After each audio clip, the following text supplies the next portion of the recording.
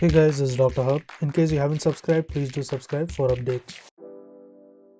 HCM and the sudden death risk factors.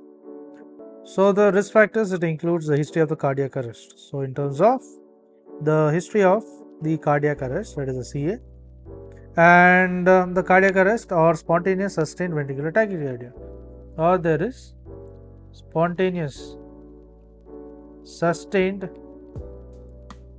ventricular tachycardia. Next is presence of syncope. So next is the presence of the syncope. Then comes the family history of sudden cardiac death. So there is family history of the sudden cardiac death, that is the SAD, and also spontaneous non-sustained ventricular tachycardia. So there in presence of sustained spontaneous non-sustained ventricular tachycardia. So then comes the left ventricle. The left ventricle, it becomes thickness.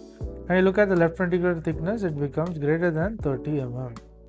And when you talk about the abnormal BP, the abnormal BP pressure, it responds to exercise.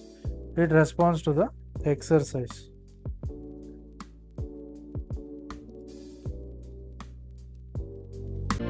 To learn and grow daily like this, please do subscribe.